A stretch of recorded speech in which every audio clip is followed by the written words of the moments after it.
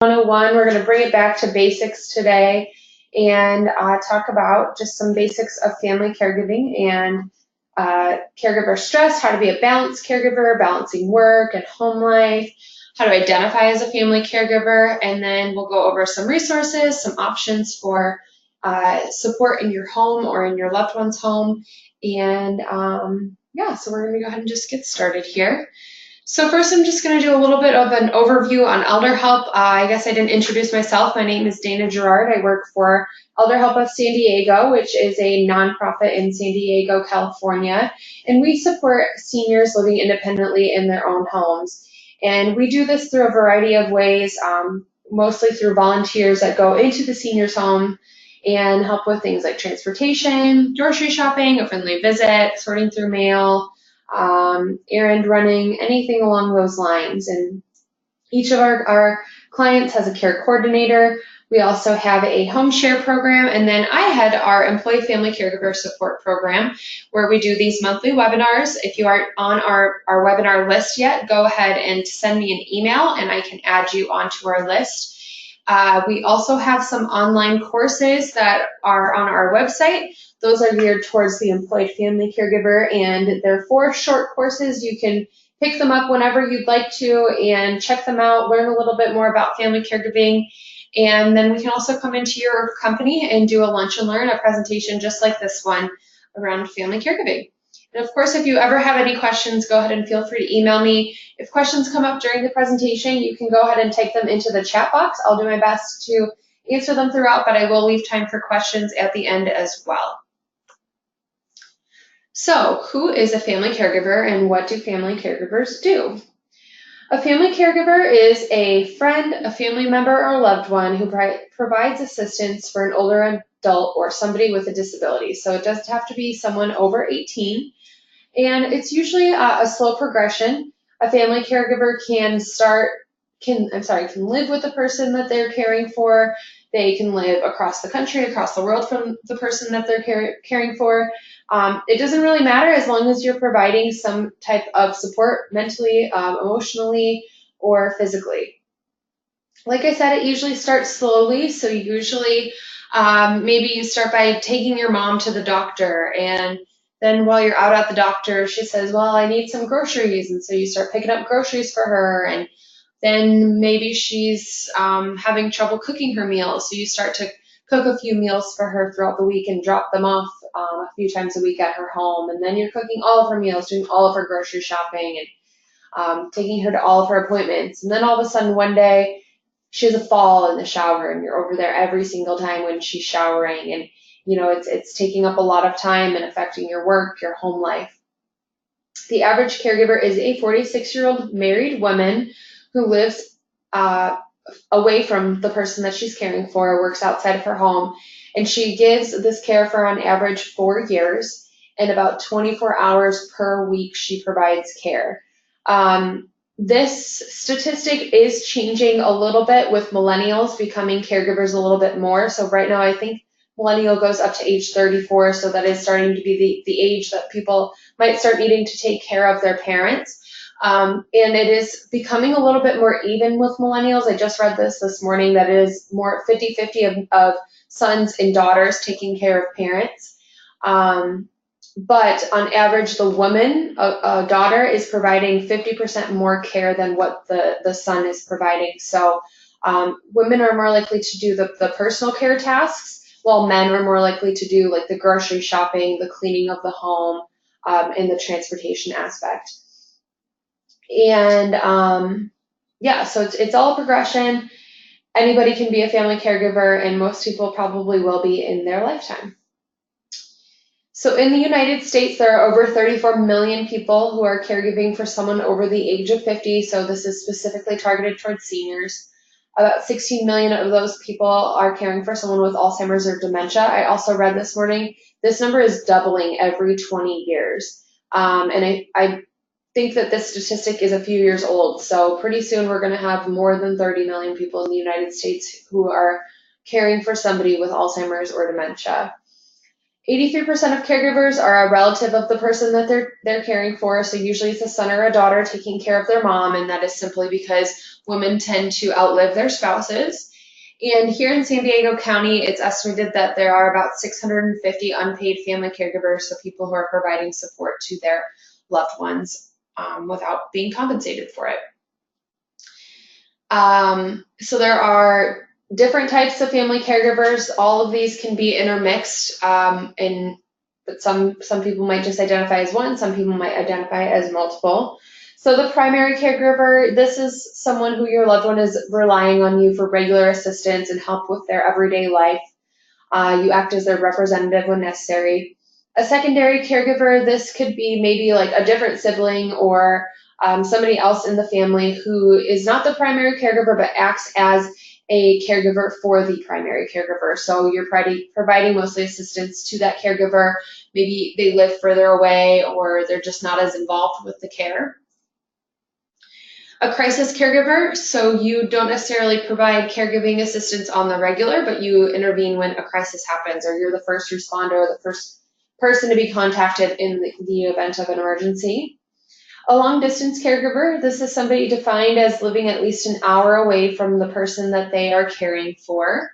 And usually a long distance caregiver falls under the primary or secondary caregiver as well. The occasional caregiver, so this could also be a long distance caregiver. You're just occasionally providing that care when maybe the primary caregiver is out of town. And then a future caregiver, this is most of us. You're not providing care yet, but you are preparing to in the future as maybe your parents' age, your spouse's age. Yeah. This is a little quote I just like to throw in here because, as I just mentioned, usually most of us we're going to be caregivers if we haven't at some point in our life. So this is by Rosalind Carter. There are only 4 kinds of people in the world: those who have been caregivers, those who currently are caregivers, and those who will be caregivers, and those who will need caregivers. So what do family caregivers do? Almost all family caregivers provide some type of help with ADLs or IADLs, so activities of daily living or instrumental activities of daily living. ADLs include things like dressing, bathing, getting around the home. These are the tasks that we do every day that are essential to our health. IADLs are more supplemental, so those are grocery shopping, cleaning the home, taking and sorting medications, taking a ride to the grocery store, making your meals. About half of all caregivers provide medical or nursing tasks. So these are even outside of ADLs and IADLs. So giving shots, sorting medications, wound care. These are all things that, almost probably all these caregivers are untrained on. They're not a nurse or a medical professional. And they're still doing these out of the goodness of their heart because the person they're caring for needs their care. The value of family caregivers. This is astonishing to me. So in the United States, caregivers give over 37 billion hours of care every year, and this number obviously is just increasing. So the value of all of this care in 2013, so this is a few years ago, was $470 billion, which is more than Medicaid and paid home care, and it nearly matched Walmart. So $477 billion is what the revenue of Walmart was in 2013. That is so much money and so much care, and it just shows that it's so needed and it's such a big part of our culture. So long-term care support, what is it and what can we expect? So I'm sure most of you listening want to remain living in your own home as you age, or the person you're caring for wants to remain in their own home if they're still there. And about 70% of people that are aging can expect to need some type of long-term care assistance. So long-term care is a range of services that supports people that need. Long-term care is a range of services and supports people may need to support their personal care needs. So this includes the ADLs and the IADLs that I just talked about, and medical assistance or just general assistance in their everyday life. So those rides to the doctor, the grocery shopping, the help bathing. But I want to make sure people know that this is different than long-term care insurance, which is the insurance that can cover some of the support that is up to each individual, whether they have that insurance or not. Some workplaces offer it, and or some people can buy it on their own. But long-term care is the term that we use for the care that long-term care insurance covers. And almost everyone will need long-term care. So who provides this type of care? It can be a nurse, a home health aide, a caregiver, a therapist, physical occupational therapist. It could be your loved one goes to an adult day service while you're out at work. They could maybe live in a long-term care facility, which we often refer to as nursing homes. But most of this care, 80% of this care, comes from an unpaid caregiver. So I assume most of you listening in today are working. A working family caregiver, an employed family caregiver is how we refer to them. So about half of the workplace identifies as family caregiver. So if you think that you are alone in this journey, you are not. Almost half of your workplace, depending on the age, the average age of your workplace, are also caring for an aging loved one. And about 60% of all caregivers are employed. So almost everyone that is giving care to a loved one is also trying to balance work. And they average about 35 hours per week of work. So a lot of people are still trying to manage that full-time status while caring for a loved one. And like I had said earlier, they're still trying to provide about 20 to 25 hours of care on the side. So it's like a part-time job, caregiving. So let's talk about caregiver stress and burnout, because as you may know personally or imagine, trying to work and care for someone can be very stressful. It can cause some major burnout, some major stress in caregivers' lives.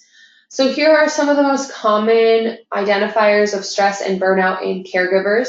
It's important to remember that even if you don't have any of these symptoms, you could still be very stressed and on your way to being burnout. Or even if you just have one of these, it doesn't necessarily mean that you are stressed because of caregiving. But some of the most common symptoms are social withdrawal from family, friends, or social activities. So not necessarily going out to dinner on Friday nights with your friends anymore, or joining them in when they want to go for that hike on Saturday morning because you just don't feel you can leave your loved one, or you are too stressed out to do so, or maybe you just want that time to yourself now. Having anxiety and thinking things like, what happens when I can no longer provide care to my loved one?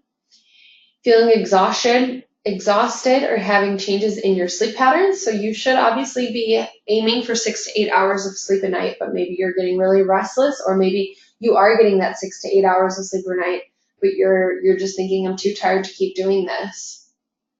Feeling irritable, depressed, blue, or hopeless, thinking things like, can you just leave me alone, or I just don't care anymore, I don't want to go on anymore.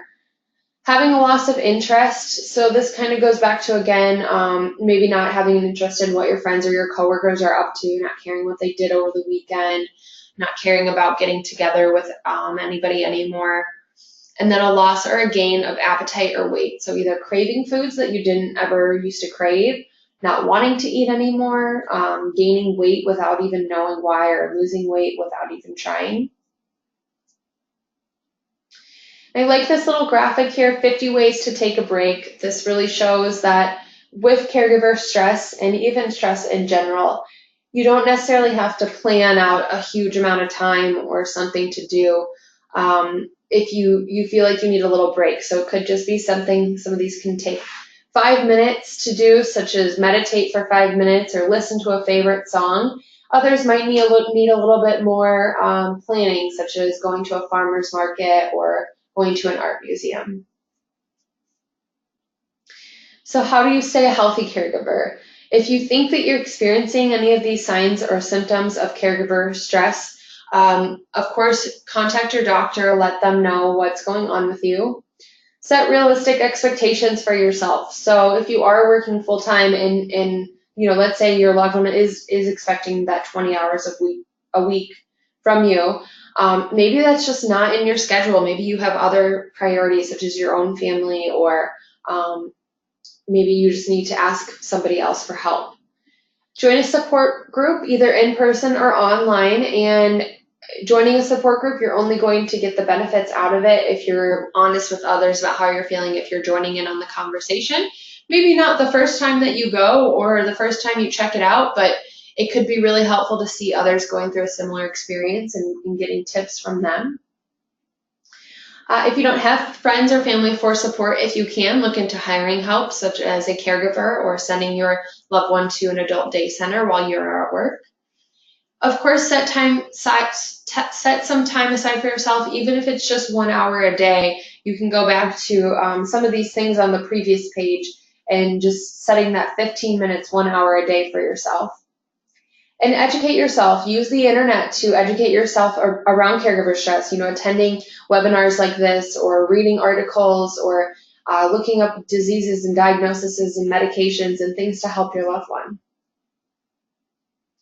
So some tips for managing your stress and taking care of yourself. Of course, we all know that exercising, eating well, and getting enough sleep are the basis of staying healthy. So exercise, it doesn't necessarily mean you're going to the gym 5 to 7 times a week for an hour. It could just be taking a walk for 15 minutes a day on your lunch break or with your loved one to catch up on the day.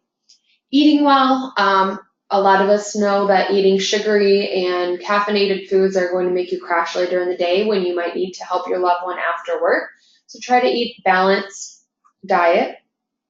Getting enough sleep, so 6 to 8 hours a night. Visiting your doctor regularly, this means at least once a year, if not more, if you feel that you need it. And let your doctor know that you are a caregiver. They might have some great resources for you too through your medical group. Practicing meditation or taking regular deep breaths. One of the greatest tips I've heard from a caregiver is that they just set an alarm on their phone for every hour to take one deep breath, and that's their 5 seconds to themselves to take the deep breath. It's so healthy for you. Most of us breathe very shallow during the day, and it's just a good little relief to just talk to a friend or another family member. Your friends and family don't necessarily know that you are a caregiver or that you need help unless you tell them. Of course, schedule that time for yourself. Like I said, even if it's just 10 to 15 minutes, and if it's important to you, look to your faith. So we all know that setting goals professionally, personally are so important to taking the next step and managing our time and our stress. And if you try to manage your stress maybe without setting a goal, it may seem unachievable. You may think, how am I ever going to get to this? So we want to start with a small, achievable goal. So let's say you just want to start feeling a little bit healthier in the next 3 months. You've been feeling a little crummy, maybe you got really sick. It could start with just making an appointment with your doctor. Maybe you haven't been in a few years. Setting aside 15 minutes just 3 times a week to go for a walk, whether that's with your loved one, on your lunch break, by yourself, or maybe it's just attending one yoga class a week. Over 3 months, these things can really make a big difference in how you are feeling and that time that you have for yourself. If you're able to create a team around caregiving, identify strengths and weaknesses of everyone that's involved. So let's just say it's you and your siblings. Maybe you're really good at finance. That's what you do for your job. So doing taxes and balancing a checkbook and paying bills online is super easy to you. But maybe for your sister, it could be super easy for her to just call the doctor and get some information on what's going on, share emails with everyone on reports from the doctor, or maybe even it's just staying positive and giving everyone a good, giving that time to everyone to talk things through and get some weight off their chest. As a team, you should stay involved with any professionals, so the doctors, nurses, care managers, any transportation services, et cetera, et cetera. And it's great to maybe have a big group text or email that everyone can just get the information all at once.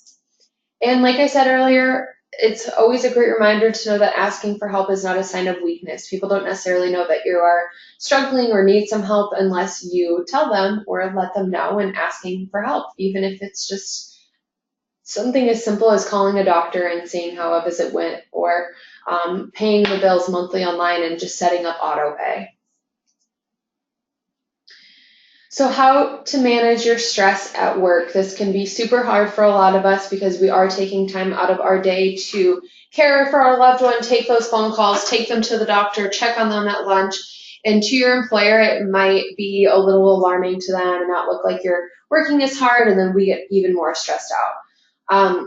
One of the best things you can do is just talk to your employer if you feel comfortable doing so. That way it's not going to come as a surprise when you are taking those phone calls, you are taking that long lunch break, leaving early, and they might even have resources for you. If your company has an EAP, so an employee assistance program, they can refer you out to that, or maybe they have other benefits such as FMLA or the ADA Act that they comply with. Only about half of caregiver supervisors are aware of their situation. You can always ask your supervisor or someone within your organization about starting a support group because, like I said, about 50% of people who are working are also caregivers. So there's probably somebody else in your situation that you can, use the lunch to talk about things, or, one day after work or before work to have coffee. If you can, work from home or remotely on days that are a little bit more tough or you have a lot more going on. And look into adult day centers. Adult day centers you can send your loved one off to for the day while you are at work, and you pay one fee. They have meals, they have nurses on staff, caregivers, and then you pick them up after work. And FMLA is the Family Medical Leave Act. This, for most people, applies to as long as your company is large enough, and this gives you up to 12 weeks off unpaid from your job to care for either a spouse, a child, or a parent. So why are we talking about caregiver stress so much? Why is this so important?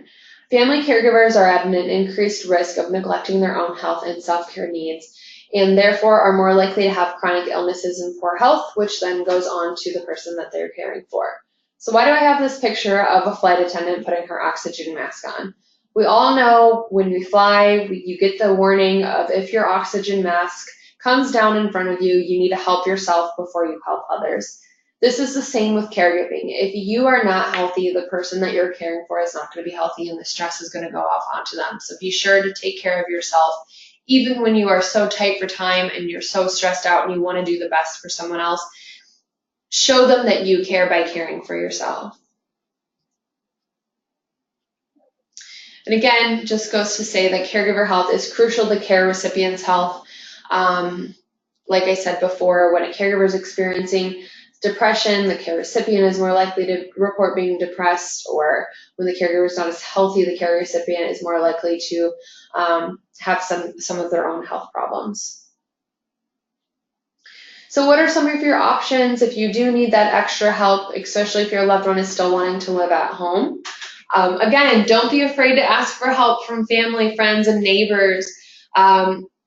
If somebody can help you even for 30 minutes by taking your loved one for a walk while you get the house cleaned up or go and get some groceries, or maybe a neighbor is going to the grocery store and they can add some things to their list for you.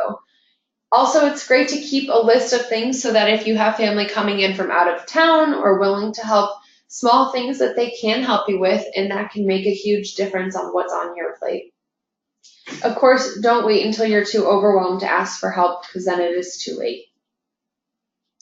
So some different options for in-home care support if you feel you need it. I already touched on adult daycare a little bit.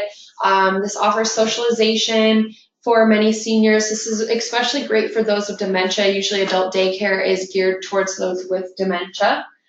In-home care options. So this is bringing a caregiver into your own into your own home. So this can typically range from about 2 or 3 hours a day to 24 hours a day, just depending on the care that your loved one needs. And they can help with things like housekeeping, making meals, providing transportation, and they can even do personal care services like helping with a shower, bathing, dressing, getting ready for the day. Respite care, so this can include an adult daycare center. These are usually located in like an assisted living or a memory care facility where you can take a break for usually a few days at a time if you need a weekend away, or just even a weekend in your own home to take a break. And personal emergency response systems. So these are like the lifeline buttons that somebody presses in case of an emergency. It doesn't have to be a medical emergency. It could be someone's breaking into the home, a fire, or they just need a little bit of assistance. But these are really great if somebody's going to be staying home alone for long periods of time, and if they do not have dementia yet, so that they can learn to press that button. Some more options for in the home. So elder help, we can come into the home. Our volunteers help with, like I said, transportation, some grocery shopping, companionship, running errands, sorting through mail. If your loved one is a veteran, the VA does provide some resources for paying for in-home care, as well as there are waivers for in-home care. You can visit caregiver.va.gov for more information on that, or call your local VA. Alzheimer's San Diego, that is our local chapter that helps people who are dealing with people who their loved one has Alzheimer's or dementia. They do provide some respite care, some resources, some support groups. Your local area agency on aging, this is nationwide. Every county has a local area agency on aging. This is a great first place to start if you don't know of any local resources and you are not located in San Diego County. And then Aging and Independent Services is our local area agency on aging for San Diego. Again, they're a great place for information and referral. Some local resources here in San Diego. I'm sorry, for the national resources, Alzheimer's San Diego shouldn't have been on there. The Alzheimer's Association is a nationwide program. Oh, here it is. A little confused here. Okay. So contact your local agency on aging. The Alzheimer's Association, if your loved one has Alzheimer's or dementia. Nationwide, they provide support groups online, in person. A lot of them do offer some respite care and just local information and referral. AARP is a great place to learn more about caregiving and local support. Elder Care Locator is a website that you can find local resources for yourself, for your loved one, if you're looking for some type of in-home care. The Caregiver Action Network, again, a great place for resources for caregivers. And then the Family Caregiver Alliance, same great resources for caregivers on there. And all of these are national programs that can help caregivers and aging loved ones. Local resources, Elder Help, Alzheimer's San Diego, HICAP, which helps with Medicare and Medicaid insurance counseling. Our Aging and Independent Services, which is our local area agency on aging. Southern Caregiver Resource Center here in San Diego, they focus on the caregiver who is caring for somebody with dementia or speaks Spanish. The Caregiver Coalition of San Diego, they do a lot of outreach. They have a lot of fairs around caregiving. And then 211 San Diego is information and referral for any type of help. And like I said earlier, our Employed Family Caregiver Support Program, even if you are not local to San Diego, we have the online courses you can go on and check out and learn more about caregiving. If you're not signed up for the webinar series, let me know. I can add you to our list so that you get notified every month with our different webinars. We can come into your company and do a lunch and learn, and then we do have some blogs on our website as well that you can check out around family caregiving. So now is the time. If anybody has any questions, go ahead and put them in the chat box. I'm happy to answer them. Just so you all know, this is being recorded, so it will be available on YouTube. I will send out the link to everyone so you can share with family and friends if you feel they need this as well. And next month, our webinar is going to be on technology and caregiving, June 21st at 11 a.m. I will be sending a reminder out, but if you would like to sign up, just go ahead and email me and let me know, and I'm happy to put you on that list. And here's how to contact us here at Elder Help, as well as myself, if you need my email address that you would like to ask a personal question. So that's all I have today. Thank you so much, everyone, for tuning in. And like I said, this will be available on YouTube. I will send out the link if you want to replay. And if you have any questions right now, go ahead and let me know. I'm happy to go back to slides, answer any questions. Otherwise, have a great rest of your day.